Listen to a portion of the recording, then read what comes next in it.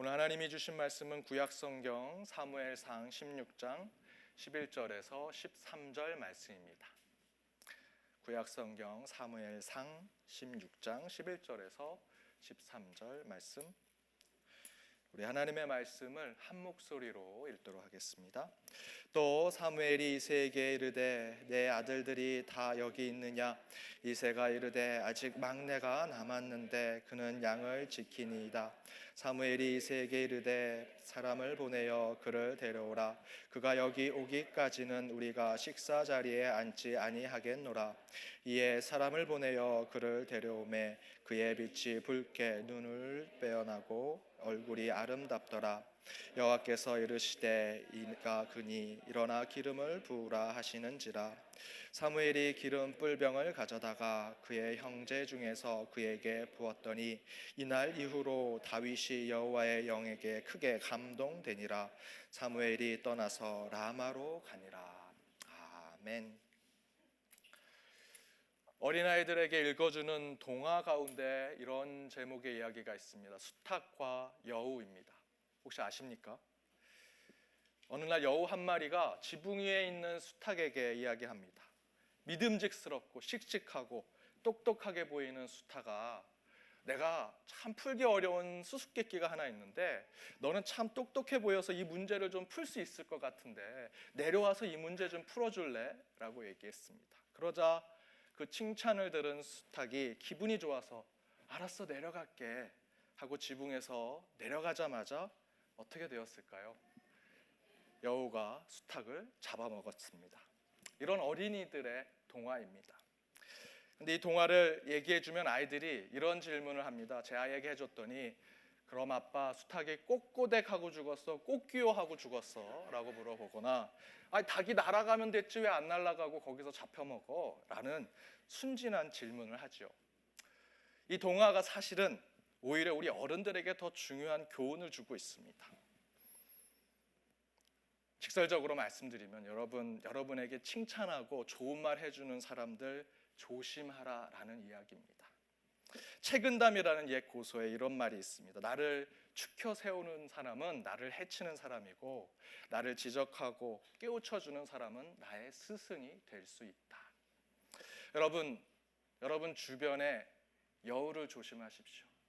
그 여우가 여러분에게 좋은 얘기 칭찬하는 것 아첨과 거짓이 될 수 있습니다. 거기에 넘어가지 마시고 신앙과 믿음 가운데 중심을 잡고 항상 겸손하게 살아가는 저와 여러분이 되기를 바랍니다.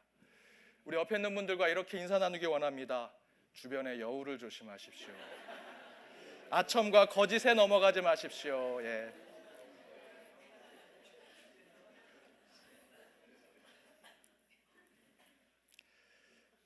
혹시 여러분 주변에 있는 여우가 있다면 조심하시고요. 항상 충심으로 살아가는 저와 여러분이 되기를 바랍니다.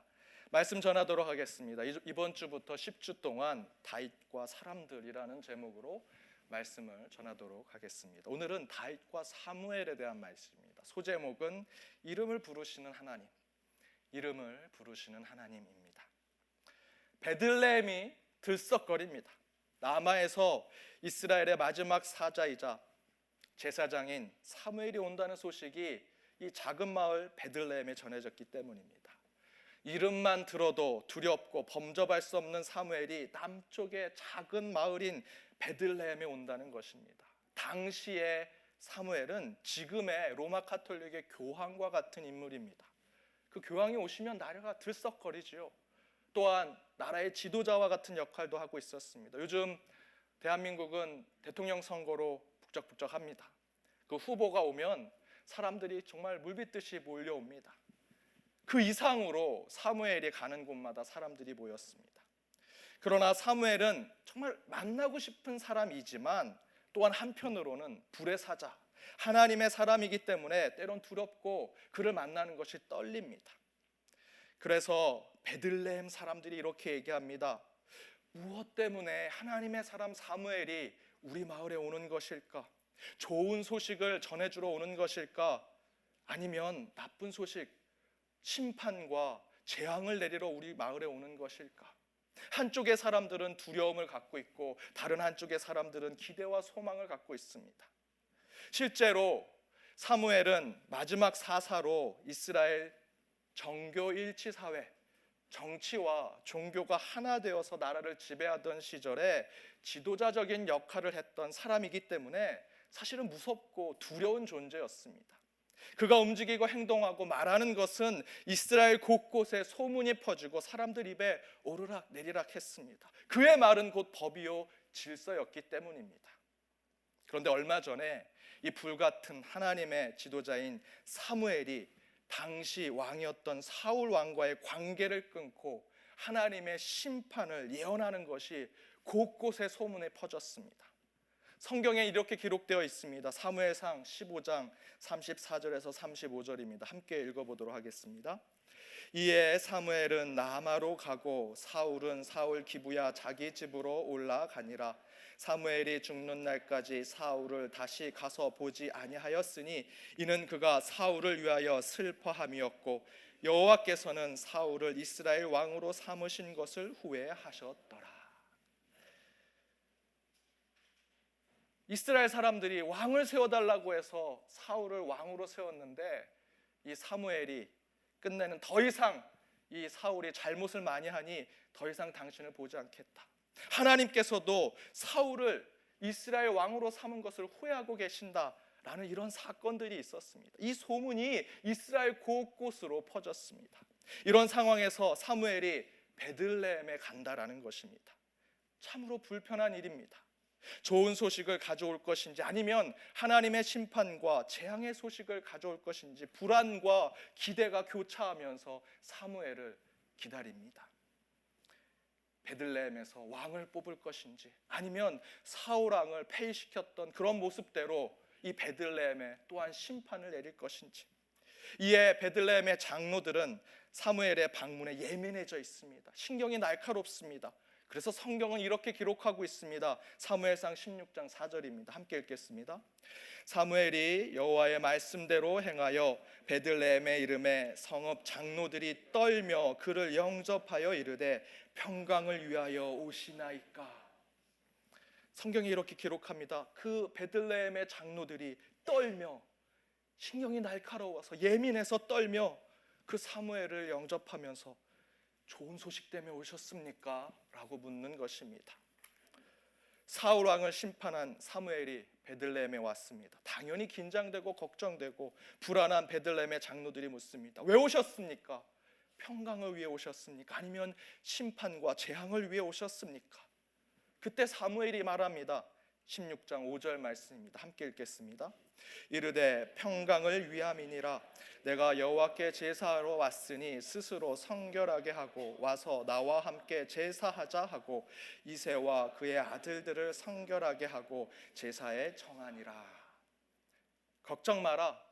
나는 샬롬 평강을 위해 왔다. 좋은 소식을 가져왔다라고 말하면서 베들레헴에 있는 이새라고 하는 사람이 있는데 그의 가정을 불러주라. 그리고 그의 아들들과 함께 제사를 드리고자 한다. 이새와 그의 아들들을 제사를 통해서 성결하게 하고 얼굴을 봤으면 좋겠다라고 이야기합니다. 그러자 장로들과 베들레헴 사람들이 사무엘과 함께 화목제를 드리며 축제와 기쁨으로 제사를 드립니다. 그렇게 화목 제사가 거의 마무리될 쯤에 사무엘은 하나님께 명령받은 대로 이새에게 아들을 데려오라고 명합니다. 그때 이새는 생각합니다. 드디어 우리 집안에 기회가 왔구나. 우리 가정에 해가 뜨고 복이 들어올 때가 되었구나. 이때를 위해서 내가 이 자식들을, 이 아들들을 얼마나 잘 키웠는가. 이새는 사무엘이 아들을 보자고 할 때 감을 잡았습니다. 아, 우리 가정 가운데, 내 아들 가운데 왕을 세우려고 하시는구나. 그래서 누구보다 잘 키운 첫째 아들 엘리압을 보냅니다. 이새는 첫째 아들을 자랑스러워했습니다. 이새는 왕이 된다면 첫째 아들 엘리압이 왕이 되어야 된다고 생각합니다. 그동안 힘들게 첫째 아들을 키워온 보람이 있었구나 하는 생각에 고생했던 날들을 떠오르며 눈물을 흘리며 엘리압을 사무엘 앞으로 보냅니다. 그래서 이 엘리압이 왕이 될 줄 그렇게 생각을 합니다. 그것은 이새만 그렇게 생각한 것이 아닙니다. 사무엘도 똑같이 생각합니다. 든든한 체격에 다부진 외모를 가진 엘리압을 보고 하나님께서 이 엘리압을 왕으로 세우려고 나를 이곳에 보내셨구나. 사무엘도 똑같은 생각을 합니다. 그런데 이새와 사무엘의 생각과 다르게 하나님의 판단은 완전히 달랐습니다. 사무엘상 16장 6절에서 7절 말씀입니다. 함께 읽어보겠습니다. 그들이 오매 사무엘이 엘리압을 보고 마음에 이르기를 여호와의 기름 부으실 자가 과연 주님 앞에 있도다 하였더니 여호와께서 사무엘에게 이르시되 그의 용모와 키를 보지 말라. 내가 이미 그를 버렸노라. 내가 보는 것은 사람과 같지 아니하니 사람은 외모를 보거니와 나 여호와는 중심을 보느니라 하시더라. 아멘. 이새는 그렇다 치더라도 하나님의 사자였던 사무엘은 정말 좀 제대로 사람을 봐야 하는데 사무엘도 엘리압을 보고 이 사람이 왕이구나 했지만 그 예측은 벗어납니다. 멋있고 든든하고 다부진 첫째 엘리압은 풍기는 모습은 왕의 모습이었지만 하나님은 그렇게 보지 않으셨습니다. 그래서 이새는 둘째 아비나답을 준비합니다. 이새는 또 생각합니다. 엘리압이 그렇게 될 줄 알고 둘째도 정말 실수 없이 잘 키웠지. 겉모습만 왕의 풍채가 아니라 그의 머리, 그의 지식까지도 겸비한 왕이 될 수 있도록 내가 이렇게 키웠는데 아비나답이야말로 정말 왕이 될 수 있을 거야. 이놈은 진짜 왕이야 라고 이새는 생각합니다. 그러나 성경은 그렇게 자신만만했던 이새의 생각과 다르게 아비나답도 사무엘의 선택을 받지 못한 것을 증거합니다. 그러자 이새는 마지막 비장의 카드를 꺼냅니다. 셋째 삼마입니다. 셋째 삼마는 첫째의 그 엘리압의 풍채, 왕의 풍채를 가졌고 둘째 아비나답의 머리, 그리고 그와 더불어 지도자가 될 수 있는 지도력과 리더십을 두루 갖춘 아들이라고 이새는 굳건하게 믿고 있습니다. 그리고 자신 있게 사무엘에게 셋째 삼마를 보입니다. 그러나 하나님은 사무엘에게 그도 그 삼마도 아니라고 말씀하십니다. 이새는 점점 불안해집니다. 그럼 누구인가? 우리 집 아들이 아닌가? 셋째 삼마의 아들들은 다 아직 어리고 준비가 되어 있지 않은데 분명히 그 안에 이 셋째 안에 첫째, 둘째, 셋째 안에 왕이 나와야 하는데 왜 자꾸 뒤로 미루는 거지? 우리 집안에 없다는 얘기인가? 다른 집에 가시면 안 되는데 이새는 걱정과 근심에 빠지게 됩니다. 사무엘은 그 셋째 다음의 아들들도 더 보자고 말합니다. 실제로 성경에는 셋째 이후에 이새의 네 자녀들의 이름이 정확하게 나오지 않습니다. 이름이 나오지 않는다라는 것은 의미 없는 대상이다라는 것입니다. 우리는 이미 성경 이야기를 잘 알고 있기 때문에 막내인 다윗이 이스라엘의 2대 왕으로 선택받는 것을 알고 있지만 사실 다윗도 사무엘을 통해 왕으로 기름 부음 받기 전까지 성경에는 이름이 나오지 않습니다. 이름이 없다는 것은, 성경 속에 이름이 없다는 것은 관심의 대상이 아니라는 것입니다. 또 다른 하나는 구체적으로 오늘 말씀에 비춰서 본다면 왕의 자격이 없다라는 것입니다. 이름도 없는데 왕이 되겠습니까? 더 중요한 한 가지는 이새는 다윗을 사무엘에게 보여주고자 하는 아들 리스트, 아들 순위에 두지 않았다라는 것입니다. 그만큼 다윗은 왕의 자격은커녕 이새의 마음에도 멀어져 있는 자녀였습니다. 버려진 자식까지는 아니지만 살든 죽든 양을 치다가 죽으면 우리 막내가 간신히 살다가 양치다 죽었구나 할 정도, 그 정도의 마음을 두고 있는 그런 굉장히 멀리 있는 자녀였습니다. 그 증거가 10절과 11절에 나옵니다. 우리 10절과 11절을 함께 읽어보겠습니다. 함께 읽겠습니다. 이새가 그의 아들 7을 다 사무엘 앞으로 지나가게 하나 사무엘이 이새에게 이르되 여호와께서 이들을 택하지 아니하셨느니라 하고 또 사무엘이 이새에게 이르되 내 아들들이 다 여기 있느냐? 이새가 이르되 아직 막내가 남았는데 그는 양을 지키나이다. 사무엘이 이새에게 이르되 사람을 보내어 그를 데려오라. 그가 여기 오기까지는 우리가 식사 자리에 앉지 아니하겠노라. 이새가 그의 아들 뭐라고 얘기하고 있습니까? 7을 다 사무엘 앞으로 지나가게 했다. 이새에게 있어서 왕으로 추천할 수 있는 아들은 7이었습니다. 다윗은 8번째 아들입니다. 그 왕의 추천에 다윗은 속해 있지 않았다라는 것입니다. 죽든 살든 상관없는 자식이었습니다. 왕의 자격도 되지 않은, 이름도 없는 자식이 이새에겐 다윗이었습니다. 7이 다 지나갔습니다. 그 가운데 왕이 없습니다. 사무엘이 묻습니다. 이게 다냐? 그때 이새가 이렇게 얘기합니다. 성경에 빠져 있지만 다 지나갔습니다. 왕이 될 만한 자녀들은 다 지나갔습니다. 그런데 아직 막내가 남았는데 그는 양을 지키는 자입니다 라는 표현이 나옵니다. 이 표현을 유진 피터스 목사님은 이렇게 번역했습니다. 아직 막내가 남아있기는 합니다만 지금 양떼를 치러 나가고 없습니다. 이새는 절대 다윗의 이름을 말하지 않습니다. 대신 3가지로 지금 읽어드린 이 구절에 다윗의 정체성을 설명합니다. 첫 번째, 막내입니다.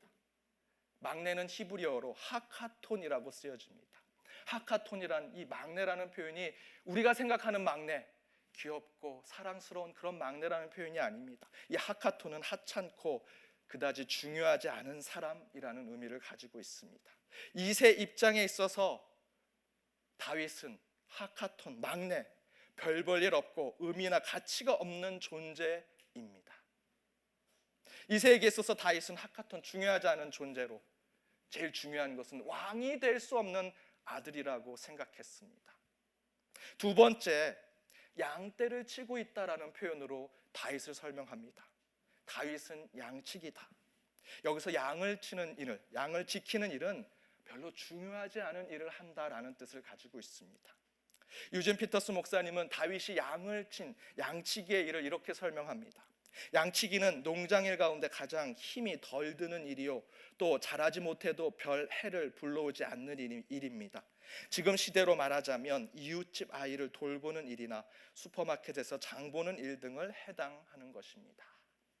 곧 양을 치고 있다라는 의미는 막내, 하카톤, 별 볼 일 없다라는 것의 동어 반복입니다. 지금 막내는 지금 양을 치고 있습니다 라고 하는 얘기는 별 볼 일 없는 아들이 쓸데없는 일을 하고 있습니다, 신경 끄셔도 됩니다, 쟤는 왕의 자격이 없습니다 라고 말하는 것입니다. 그리고 마지막 3번째, 그는 나가고 없습니다 라고 하는 표현입니다. 다윗이 양떼를 치러 나가고 없다라는 것입니다. 여러분 잘 생각해 보십시오. 왜 다윗은 멀리서 양떼를 치고 있었을까? 분명히 하나님의 사자 사무엘이 아들을 보고 싶다고 이새의 집에 찾아왔는데, 아들이라면 저 멀리 있는 다윗도 불러와야 하는데 왜 그렇게 하지 않았을까? 다윗은 관심과 사랑과 돌봄의 대상이 아니었기 때문입니다. 바로 그런 상황은 오늘 본문 11절에서 양떼를 치러 멀리 나가고 없다라는 표현으로 이새의 마음을 표현하고 있는 것입니다. 물리적으로, 장소적으로 저 멀리에 다윗이 있는 것이 아니라 이새의 마음이 바로 다윗을 향해서 그런 마음을 가지고 있는 것입니다. 그것이 무엇입니까? 다윗은 신경 쓰지 않아도 됩니다, 없는 아들이라고 생각해도 됩니다 라는 마음을 이렇게 표현하고 있는 것입니다. 저 멀리 있습니다, 나가고 없습니다. 다윗은 왕이 될 수 없습니다, 멀리 나가 있습니다, 이새의 마음이 다윗을 그렇게 생각하고 있는 것입니다. 그러나 여러분, 하나님은 다릅니다. 하찮은 막내, 하카톤이더라도, 양떼를 지키는 별 볼 일 없는 아들이더라도, 아니 아예 아들 취급도 받지 못해 저 멀리 있어서 부를 수도 없는 업신여김을 받는 아들일지라도 하나님은 다윗을 결코 무시하거나 업신여기지 아니하셨습니다. 그리고 하나님은 강한 의지로 그 다윗을 보고자 하는 것을 사무엘을 통해서 이야기하십니다. 11절 뒷부분입니다. 스크린에 있습니다. 함께 읽겠습니다. 그를 데려오라. 그가 여기 오기까지는 우리가 식사 자리에 앉지 아니하겠노라. 여러분, 다윗은 그의 아버지 기준으로, 그의 형제들 기준으로, 아니 당시 하나님의 사자였던 사무엘 기준으로는 왕이 될 수 없는 사람이었습니다. 그러나 우리 하나님의 눈은 저와 여러분 그리고 이새와 사무엘과 엄연히 달랐습니다. 별번한 실력이나 능력이 없고 또한 너무나 평범합니다. 평범하다 못해 보잘것없고 보잘것없다 못해 이름도 불리지 못하고 이름도 불리지 못할 정도로 존재감 없는 다윗. 그러나 오늘 본문에서 하나님은 그 다윗을 보고자 이렇게 행동하십니다. 오늘 본문 12절과 13절입니다. 함께 읽어보도록 하겠습니다. 이에 사람을 보내어 그를 데려오매 그의 빛이 붉고 눈이 빼어나고 얼굴이 아름답더라. 여호와께서 이르시되 이가 그니 일어나 기름을 부으라 하시는지라. 사무엘이 기름 뿔병을 가져다가 그의 형제 중에서 그에게 부었더니 이날 이후로 다윗이 여호와의 영에게 크게 감동되리라. 사무엘이 떠나서 라마로 가니라. 이새와 그의 형제들이 평생 보아도 알지 못하고 깨닫지 못했던 다윗의 외모를 하나님은 보시고 사무엘이 설명합니다. 그의 빛이 붉고 눈이 빼어나고 얼굴이 아름답다. 그리고 하나님은 바로 다윗에게 기름 부음을 허락하십니다. 그리고 마지막 13절에 무엇라고 말하고 있습니까? 이날 이후로 다윗이 여호와의 영에게 크게 감동되니라. 이날 이후로 다윗이 진짜 이름이 불리기 시작합니다. 사랑하는 여러분, 교회의 역사, 기독교의 역사는 여러분의 역사입니다. 이 단에서 설교하는 이름난 목회자의 역사 또는 많은 직분자들의 역사 결코 아닙니다. 오늘 말씀을 통해 보잘것없고 쓸데없는 인생을 살고 있는 것 같은 이름도 불리지 않는 다윗을, 또한 그런 다윗과 같은 저희들을 하나님께서 부르시고 소명과 사명을 주시고 하나님의 사람으로 세워주시는 그 역사가 저는 교회의 역사라고 믿습니다. 제가 목사로 이단에서 설교하는 이유는 제 이름이 나서 기뻐하고 좋아하고 설교 잘해서 스타 목사 되고 교회가 잘 부흥돼서 물질로 큰 영광을 누려서 이 교회 아들에게 물려줄까 말까 그런 세속적인 생각하게 되는 것 때문에 목사가 된 것 아닙니다. 절대 그래서도 안 됩니다.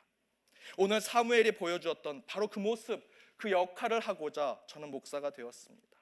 하나님이 부르시는 사람을 세우고 그들에게 기름을 붓고 그들을 영적으로 격려하고 모티베이션을 주는 것, 그것이 목사의 사명입니다.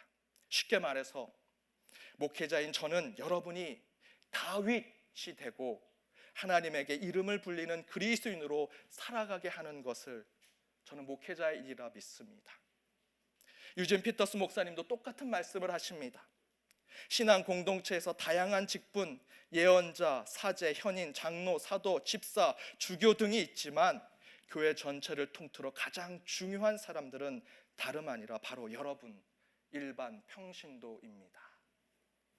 여러분, 교회는 가장 먼저 하나님 때문에 세워진 것입니다. 그 다음은 무엇입니까? 저와 같은 성직자, 목회자 때문에 세워졌습니까?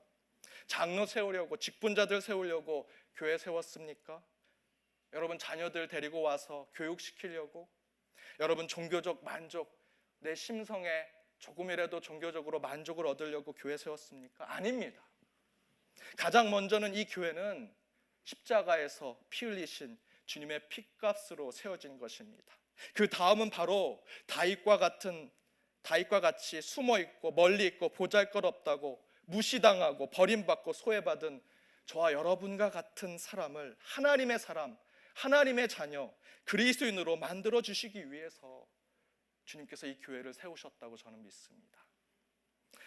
진짜 나중된 자를 먼저 되게 하시고 먼저 된 자를 나중되게 하시고 머리 된 자를 꼬리 되게 하시고 꼬리 된 자를 머리 되게 하시는 하나님, 이름 없는 자를 이름을 불러주셔서 바로 세우시고자 이 교회를 세우셨다고 우리는 믿어야 합니다. 여러분, 저와 여러분 오늘 본문의 말씀대로 막내처럼 하카톤, 보잘것 없는 자로 살고 있지 않습니까?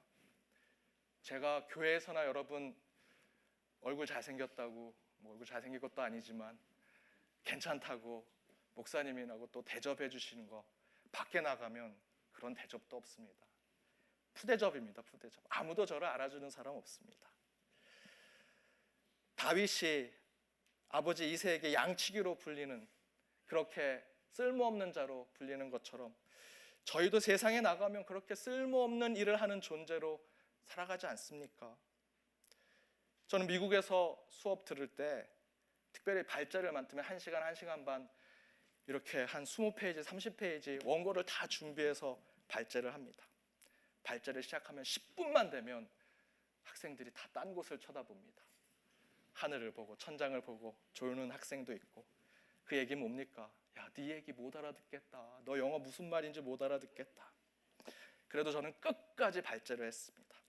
안 되는 유머까지 하면서 끝까지 해놓고 마지막에 퀘스천 했습니다. 질문해라. 그러면 아무도 질문하지 않습니다. 그때 그 좌절감, 상실감 상상할 수 없었습니다. 그 친구들이 질문하지 않는 것은, 야, 우리가 질문하지 않는 건 빨리 내려가라는 거야 라는 뜻으로 저는 받아들이게 됐습니다. 그때 느끼는 그 마음이 무너지는 마음. 그래도 제 논문을 지도했던 선생님은, 그 교수님은 항상 아무도 질문이 없으면 꼭 저에게 하나의 질문을 꼭 해주셨습니다. 그 지도 선생님이 얼마나 감사하고 또 그분께 늘 고마운 마음을 갖고 있습니다. 여러분도 상황만 다를 뿐 똑같은 마음, 똑같은 경험, 똑같은 좌절을 겪으며 이곳에 계시리라 생각이 듭니다. 그러나 여러분, 다윗도 우리와 똑같은 상황과 환경을 가지고 있었음에도 불구하고 든든하고 멋지고 다분히 형들을 제치고 하나님의 택함을 받았던 오늘 말씀을 우리는 반드시 기억해야 할 것입니다. 그리고 끝내 다윗은 하나님 앞에서 다윗이라고 하는 이름을 불리게 됩니다. 얼마나 감격스럽고 기쁜 일입니까? 여러분, 쓸모없고 별 볼 일 없고 버려진 존재와 마찬가지였던 다윗이 하나님의 부름을 받습니다. 저는 그 부름과 소명의 역사가 저와 여러분이 체험하는 것이고 신앙 가운데 살아가는 삶과 똑같다고 생각합니다. 더 중요한 것은 분명히 하나님께서 여러분을 부르실 때 분명히 여러분의 이름을 부르시리라 저는 믿습니다. 주용아, 다윗아, 누구누구야. 제가 이런 비슷한 얘기를 전에 교회에서 했더니 한 권사님이, 저는 이름이 불리지 않은 게 한 지금 몇십 년 된 것 같아요. 집에 가면 누구 엄마, 교회 가면 권사님이라고 불립니다. 그런데 하나님이 제 이름을 부르면 깜짝 놀랄 것 같습니다 라고 얘기하셨습니다. 예, 맞습니다. 우리 주님은 여러분을 깜짝 놀래키기 위해서 분명히 여러분의 이름을 부르고 여러분에게 다가가실 것입니다. 유진 피터스 목사님이 그 마지막 하나님께서 우리의 이름을 부르고 다가오시는 것에서 이렇게 풀어서 설명하십니다. 하나님은 구체적인 이름을 가진 개인들과 관계를 맺으시지 결코 일련의 변호나 추상적인 개념으로 관계를 맺으시지 않습니다. 다윗을 가장 처음으로 소개하는 성경 이야기의 대미는 그의 역할이나 지위에 대한 언급이 아닌 바로 그의 이름을 제시하는 것이었습니다. 우리 모두는 이름을 가지고 있습니다. 그런데 그 이름을 부른다는 것은 존중함을 의미합니다. 또한 이름을 부른다는 것은 선택한다는 의미도 가지고 있습니다. 무시당하고 초대받지 못했던 인물이었던 한 목동이 예언자와 성령에 의해 기름 부음을 받은 후 마침내 자신의 이름인 다윗으로 불리게 되었을 때 다윗의 역사는 하나님과 함께 시작된 것입니다. 성경 전체를 볼 때 다윗이란 이름이 처음 나온 것이 오늘 본문 13절입니다. 이름이 없었던 자가 주님께 인정받고 부름받고 택함받았을 때 이름이 불려지게 됩니다. 멀리 양치기로 있었던 이새, 막내 하카톤, 별 볼 일 없던 그가 다윗으로 이름이 불렸던 그 모습대로 주님께서 저와 여러분을 부르실 때 우리 모두가 응답하고 대답하기를 바랍니다. 하나님께서 분명히 여러분의 이름을 부르시고 다가가실 것입니다. 그 가운데 응답하는 삶을 살아가는 저와 여러분이 되기를 주님의 이름으로 축원드립니다. 함께 기도하겠습니다. 우리의 이름을 부르시는 주님, 오늘 말씀을 허락하여 주심을 감사드립니다. 다윗처럼 쓸모없고 버림받고 멀리 떨어져 함께 있지 못하는 보잘것없는 저희였는데 이런 우리를 부르시고 찾으시고 붙들어 주셔서 이렇게 주님의 사람으로 살게 하여 주심을 감사드립니다. 그런데 그 안에 주님의 우리의 이름을 부르시고 택하셨기에 저희는 더욱 주님 앞에 충성하며 헌신하기로 다짐합니다. 나의 이름을 부르시는 주님을 늘 생각하면서 절대로 좌로나 우로나 치우치지 않고 주님만 바라보고 정도의 신앙의 길을 걷는 한 주의 삶을 살게 하여 주옵소서. 이 모든 말씀 예수 그리스도의 이름으로 기도드립니다.